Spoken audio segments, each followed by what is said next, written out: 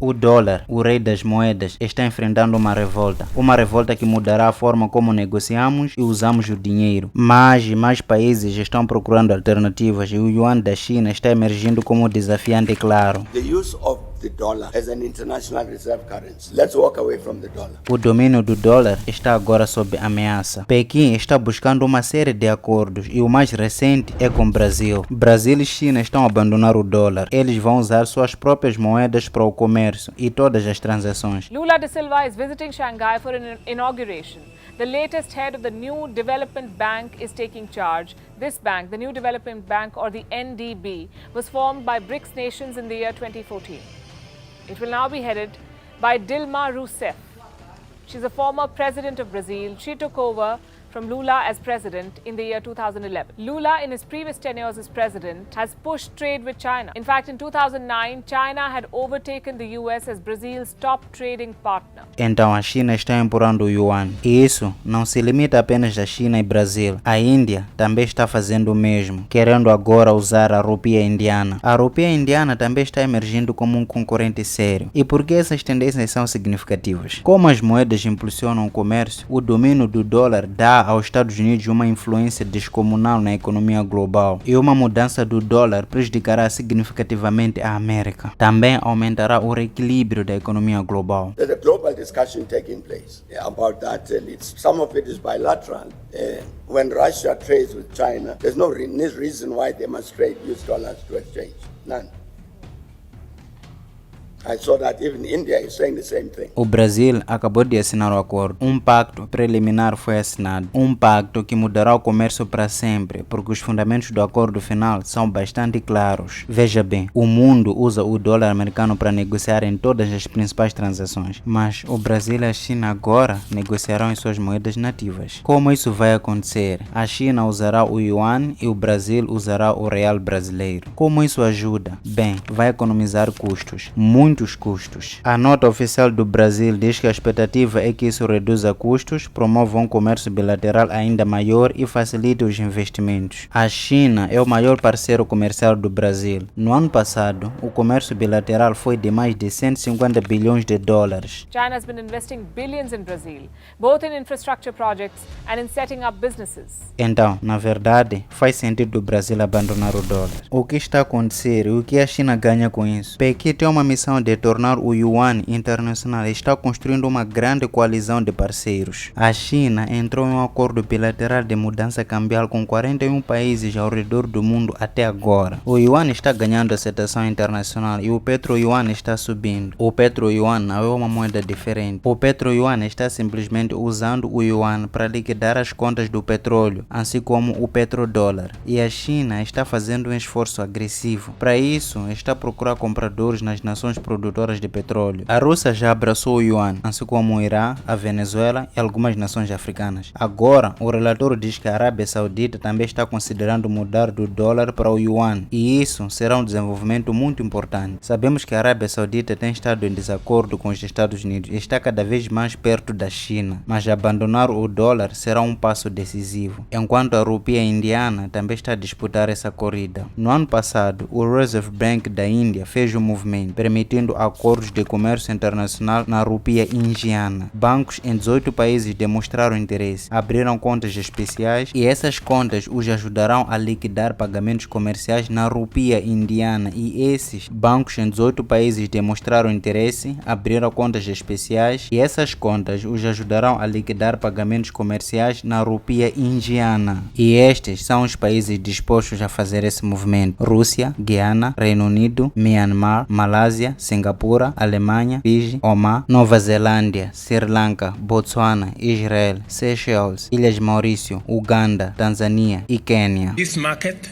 is going to be different in a couple of weeks. Dollar availability in the next couple of weeks is going to be very different, because our fuel companies will now be paying for fuel in Kenya shillings. O que significa que eles estão abandonando o dólar e querem usar a rupia indiana para negociar com a Índia. No início deste ano, Brasil e Argentina lançaram uma ideia. O que é que o Putin quer? uma ideia de criar moeda comum para a América do Sul. Do outro lado do mundo, o sudeste da Ásia também está perdendo a paciência com o dólar americano. Países africanos como Quênia, Egito e África do Sul já estão a abandonar o dólar. O Quênia, por exemplo, usará o shilling queniano para importações do petróleo. It will remove pressure on our dollars. In fact, in the next 1 month or so, you will see dollars coming down, the exchange rate coming down in a very phenomenal way. Muitas nações já estão demonstrando interesse em ingressar no BRICS ao longo dos anos. Já falei sobre o BRICS nesse canal, uma aliança de 5 economias líderes emergentes: Brasil, Rússia, Índia, China e África do Sul. Vou colocar o vídeo na descrição. Há discussões e especulações sobre a possibilidade de expansão para incluir outras economias emergentes. Por exemplo, Indonésia, Turquia e México foram mencionados como potenciais candidatos. Outros países como Egito, Argentina, Irã, Arábia Saudita e Nigéria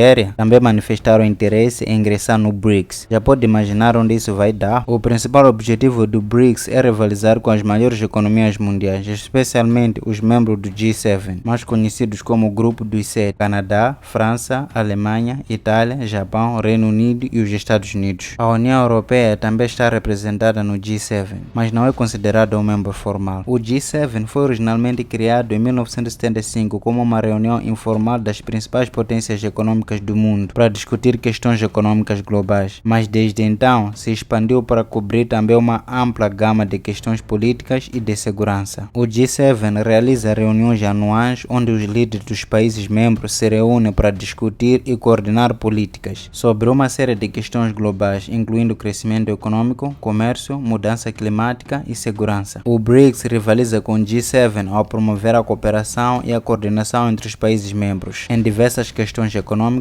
políticas e sociais. O BRICS visa promover o desenvolvimento econômico inclusivo e sustentável, aumentar a estabilidade econômica regional, global, promover a paz, segurança e cooperação entre seus membros. Os membros do BRICS buscam fortalecer a cooperação em áreas como comércio, investimento, finanças, energia, agricultura, ciência, tecnologia e inovação. O BRICS também visa promover a reforma do sistema de governança global, incluindo as Nações Unidas e outras organizações internacionais, para melhor refletir os interesses e preocupações das economias emergentes e dos países em desenvolvimento. Por que tudo isso está acontecendo agora? Porque há uma rebelião global contra o dólar. Para entender isso, precisamos saber como o dólar se tornou a moeda de reserva mundial. Tudo aconteceu após a Segunda Guerra Mundial. No ano de 1944, 44 países aliados se reuniram em Bretton Woods, nos Estados Unidos, para evitar outra turbulência financeira. A reunião de Bretton Woods foi uma conferência realizada em julho de 1944 em Bretton Woods, New Hampshire, Estados Unidos, com a presença de representantes de 44 países. A conferência teve como objetivo estabelecer um novo sistema monetário internacional para facilitar a recuperação econômica após a Segunda Guerra Mundial e promover o comércio e o investimento internacional. A conferência resultou na criação de duas instituições-chave: o Fundo Monetário Internacional e o Banco Internacional para a Reconstrução e Desenvolvimento, agora conhecido como o Banco Mundial. O Fundo Monetário Internacional foi criado para promover a cooperação monetária internacional, facilitar o comércio internacional e promover a estabilidade da taxa de câmbio, enquanto o Banco Internacional para a Reconstrução e Desenvolvimento foi criado para fortalecer a assistência financeira para a reconstrução e desenvolvimento do pós-guerra. A conferência também estabeleceu o dólar americano como moeda de reserva mundial e estabeleceu a taxa de câmbio de outras moedas para o dólar. Esse sistema, conhecido como sistema de Bretton Woods, permaneceu em vigor até 1971, quando o governo dos Estados Unidos acabou com a conversibilidade do dólar em ouro, levando ao colapso do sistema e à adoção de taxas de câmbio flutuantes. Então, eles criaram um sistema, um conjunto de regras que moldaria a economia global como a conhecemos hoje. Isso levou à criação do Fundo Monetário Internacional e do Banco Mundial. Os aliados também concordaram em um novo sistema de taxa de câmbio. Cada país atrelou o valor valor da sua moeda ao dólar americano, e foi assim que o dólar americano ganhou seu domínio. A Conferência de Bretton Woods deu aos Estados Unidos imenso poder para dominar a economia global. Criou duas instituições financeiras, o Fundo Monetário Internacional e o Banco Mundial, amplamente controlados pelos Estados Unidos, e se tornaram bastante poderosos. O dólar americano ainda é amplamente usado dentro e fora dos Estados Unidos, com cerca de 1 trilhão de notas de dólar em circulação fora da América. Cerca de 40% da dívida mundial é emitida em dólares americanos. Por isso eles controlam as sanções. Sabe, aquela coisa de punir os países com medidas que incluem restrições comerciais, sanções financeiras, proibição de viagens, congelamento de ativos, entre outras.